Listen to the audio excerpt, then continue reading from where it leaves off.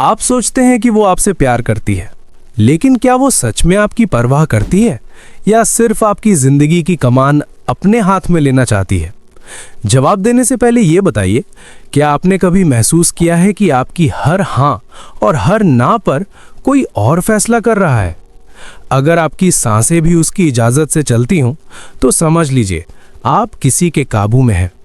आइए उन 5 गुप्त सिग्नल्स को खोलते हैं जो बताते हैं कि एक औरत आपको चुपके से कंट्रोल कर रही है और आपको पता भी नहीं चलता।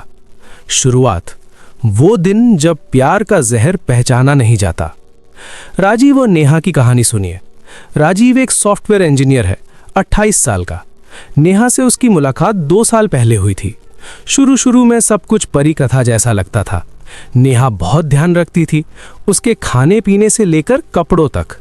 राजीव को लगता था कि यही सच्चा प्यार है, लेकिन धीरे धीरे उसने महसूस किया कि उसकी हर मुस्कान की कीमत उसे अपनी आज़ादी से चुकानी पड़ रही थी।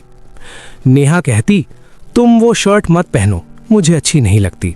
राजीव सोचता, चलो प्यार में समझौता तो करना पड़ता है। फिर वो कहती, दोस्तों के साथ मत जाओ, हम दोनों टाइम बिताएंगे। राजीव मान जाता। फिर वो कहती, तुम्हारी माँ को हर बात बताना जरूरी नहीं। राजीव को थोड़ी बेचैनी होती, लेकिन वो खुद को समझाता कि शायद वो ही बेहतर जानती है। यही तो जहर है, जब आप अपनी भावनाओं पर उसकी राय को हावी होने देते हैं। कंट्रोल करने वाली औरतें कभी सीधा आदेश नहीं देती। वो प्यार, फिक्र और सलाह के आवरण में ऐसी बातें करती हैं कि आप खुद ही अपने फैसले उनके हवाले करने लगते हैं। सिग्नल नंबर 1, आपकी नो से ज्यादा उसकी आई थिंक वजन रखती है। पहला और सबसे घातक सिग्नल है, आपकी अपनी प्राथमिकताएं धीरे धीरे गायब हो जाती हैं। यानी जो चीज़ें आपको पहले खुशी देती थीं, जैसे क्रिकेट देखना, दोस्तों के साथ शाम बिताना, अपनी फेवरेट जैकेट पहनना, वीकेंड पर अपने माता पिता से मिलना, वो सब उसकी नाराज़गी या उदासी का कारण बनने लगती हैं और आप उन चीज़ों को खुद ही छोड़ने लगते हैं, बिना उसने मांगा हो। एक असली उदाहरण, मोहित, एक मार्केटिंग प्रोफेशनल, बताता है, मेरी गर्लफ्रेंड कहती थी कि तुम जिम जाते हो तो अच्छा लगता है, पर उस ट्रेनर से बात मत करना। फिर कहा, तुम्हारा ऑफिस का वो सहकर्मी बहुत ज़्यादा बात करता है, उससे दूरी बना लो। धीरे धीरे मैंने जिम छोड़ दिया, कई दोस्तों से बात करना बंद कर दिया। मुझे लगा ये मेरा अपना फैसला है, लेकिन एक दिन मुझे एहसास हुआ, मेरे जीवन में एक भी ऐसा सुख नहीं बचा था जो उससे मंजूरशुदा ना हो। यही पहला गुप्त सिग्नल है। वो कभी नहीं कहेगी कि तुम ये मत करो, वो कहेगी, मुझे लगता है तुम्हें ये नहीं करना चाहिए, तुम्हारी ही भलाई के लिए। और जब आप उसकी बात मानेंगे तो वो आपको प्यार और मान्यता देगी। इस तरह आपका दिमाग ये सीख जाता है कि उसकी खुशी ही तुम्हारी खुशी है। यह पहला गुप्त सिग्नल है। मनोवैज्ञानिक पहलू, रिवॉर्ड पनिशमेंट ट्रैप। साइकोलॉजी में इसे इंस्ट्रूमेंटल कंडीशनिंग कहते हैं। जब भी आप उसकी इच्छा के अनुसार काम करते हैं तो वो आपको गर्मजोशी, प्रशंसा या सेक्सुअल इनाम देती है। जब आप विरोध करते हैं तो वो ठंडा व्यवहार, चुप्पी या छुपा छुपा गुस्सा दिखाती है। आपका दिमाग धीरे धीरे उस इनाम का आदी हो जाता है और सज़ा से बचने के लिए आप खुद ही उसके हिसाब से चलने लगते हैं। इसे आप प्यार समझते हैं, लेकिन ये एक मानसिक जाल है। खुद से पूछें ये 5 सवाल। Test yourself. 1, क्या पिछले 3 महीनों में आपने कोई ऐसी चीज़ करने से मना किया है जो आपको पसंद थी, सिर्फ इसलिए कि वो उससे नाराज़ हो जाती? 2, क्या आप अपने किसी दोस्त या फैमिली मेंबर से मिलने से पहले उसकी इजाज़त लेते हैं?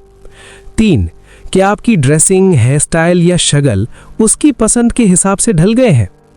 4, क्या आपको लगता है कि अगर वो खुश है तो मैं भी खुश हूं, भले ही आपको अपनी खुशी दबानी पड़े? 5, क्या आपने कभी ये सोचा है कि शायद मैं ज़्यादा सोच रहा हूं, वो तो बस मेरी परवाह करती है? अगर 3 या उससे ज़्यादा सवालों का जवाब हाँ है, तो आप पहले सिग्नल के जाल में फंस चुके हैं। वास्तविक जीवन का केस स्टडी। आयुष, एक फ्रीलांसर, ने 2 साल रिश्ते में बिताए। उसकी पार्टनर प्रिया हर छोटी बड़ी चीज पर राय देती थी। कौन सा प्रोजेक्ट लेना है, कितने बजे सोना है, क्या खाना है। आयुष को लगा कि प्रिया बहुत समझदार है, लेकिन एक दिन उसका एक पुराना दोस्त, जिससे उसने 6 महीने में बात नहीं की थी, फोन किया। आयुष खुश हुआ, लेकिन प्रिया ने मुंह फुला लिया और कहा, तुम्हें उससे बात करने की क्या जरूरत है, वो तुम्हारे लिए कभी अच्छा नहीं चाहता। आयुष ने फोन रख दिया। उस रात उसे नींद नहीं आई। उसे एहसास हुआ उसने अपना वो दोस्त खो दिया था जो उसकी मुश्किल घड़ी में हमेशा साथ खड़ा रहा था। प्रिया ने उसे उस दोस्त से इसलिए दूर किया क्योंकि वो दोस्त हमेशा आयुष को उसकी कीमत याद दिलाता था, और एक कंट्रोलर के लिए सबसे खतरनाक चीज होती है आपकी आत्मनिर्भरता। निष्कर्ष, पहले अध्याय का सार। पहला सिग्नल पहचानना सबसे मुश्किल होता है क्योंकि ये प्यार के नकाब में आता है। याद रखें, अगर कोई आपसे प्यार करता है तो वो आपकी पहचान को बढ़ावा देगा, मिटाएगा नहीं। अगर आप खुद को ये सोचते हुए पाते हैं कि मैंने अपना बहुत कुछ बदल दिया है उसके लिए, तो रुकिए। प्यार समझौता है, लेकिन आत्मविसर्जन नहीं। अब बढ़ते हैं दूसरे सिग्नल की ओर, जो और भी गुप्त और घातक है। ये वाक्यांश सुनते ही आपकी रीढ़ में ठंडक दौड़ जानी चाहिए। कंट्रोल करने वाली औरतों का सबसे पावरफुल हथियार है गिल्ट ट्रिप, अपराध बोध। वो आपको हर उस चीज के लिए दोषी महसूस कराती हैं जो उनके हिसाब से नहीं होती। उदाहरण, आप किसी ऑफिस इवेंट में जाना चाहते हैं, वो कहेगी, ठीक है जाओ, मैं अकेले घर पर रह लूंगी, पता है मुझे आज बहुत तबीयत भी ठीक नहीं है, लेकिन कोई बात नहीं, तुम्हारा काम ज़्यादा ज़रूरी है। ध्यान दीजिए, उसने सीधा मना नहीं किया, उसने एक ऐसा वाक्य बोला जिससे आपको लगे कि अगर आप गए तो आप एक बुरे इंसान हैं। आपका दिमाग सोचने लगता है कि अगर वो बीमार है तो मुझे उसके साथ रहना चाहिए, लेकिन मैं जानता हूँ वो बीमार नहीं है, फिर भी अगर मैं गया तो मुझे बुरा लगेगा। ये भावनात्मक ब्लैकमेल है। ये इतना सूक्ष्म होता है कि पीड़ित व्यक्ति खुद को ही गलत ठहराने लगता है। Psychological mechanism, fear of abandonment. हर इंसान को त्याग दिए जाने का डर होता है। कंट्रोलर इन्हीं डरों पर खेलती है। जब वो कहती है तुम वहां जाओ, मैं ठीक हूं, उसकी आवाज में एक दुख होता है जो आपको बताता है कि अगर तुम गए तो तुमने मुझे तोड़ दिया, और क्योंकि आप सच में उससे प्यार करते हैं, आप रुक जाते हैं। धीरे धीरे आपकी जिंदगी का हर फैसला इसी गिल्ट से तय होने लगता है। केस स्टडी, रोहन और मीरा। रोहन 32 साल का एक बैंक मैनेजर था। उसकी पत्नी मीरा एक हाउसवाइफ थी। रोहन को हर महीने अपने माता पिता को कुछ पैसे भेजने की आदत थी। मीरा ने कभी सीधा विरोध नहीं किया, लेकिन हर बार जब रोहन पैसे भेजता, मीरा एक दिन तक बेहद उदास रहती, कम बोलती और रात में करवटें बदलती रहती। रोहन पूछता, क्या हुआ?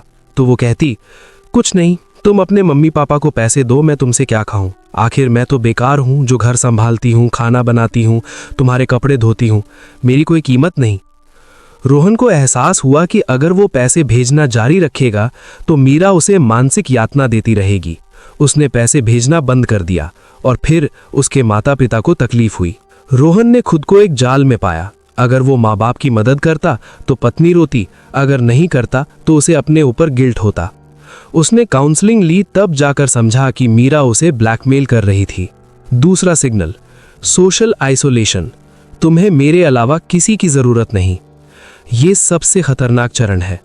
पहले वो आपको दोस्तों से दूर करती है, फिर परिवार से, फिर आपके सहकर्मियों या किसी ऐसे शख्स से जो आपको सपोर्ट कर सकता है।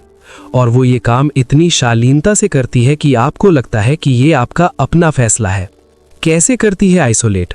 आपके दोस्तों के बारे में नेगेटिव बातें करना। तुम्हारा वो दोस्त बहुत शराब पीता है, उसके साथ रहोगे तो तुम भी बर्बाद हो जाओगे। या तुम्हारी बहन हमेशा तुम्हें मुझसे दूर करना चाहती है। आपके परिवार के खिलाफ भड़काना। तुम्हारी माँ मुझे बहू नहीं मानती, इसीलिए तुम उनके पास बार बार मत जाओ। आपके शौक को बेकार ठहराना। क्रिकेट देखने का क्या फायदा, या तो मेरे साथ टाइम बिताओ या फिर अकेले रहो। आपके करियर में दखल। तुम्हारा बॉस तुम्हारा इस्तेमाल कर रहा है, तुम उस प्रमोशन के लिए मत लड़ो, हमारे पास पैसे हैं।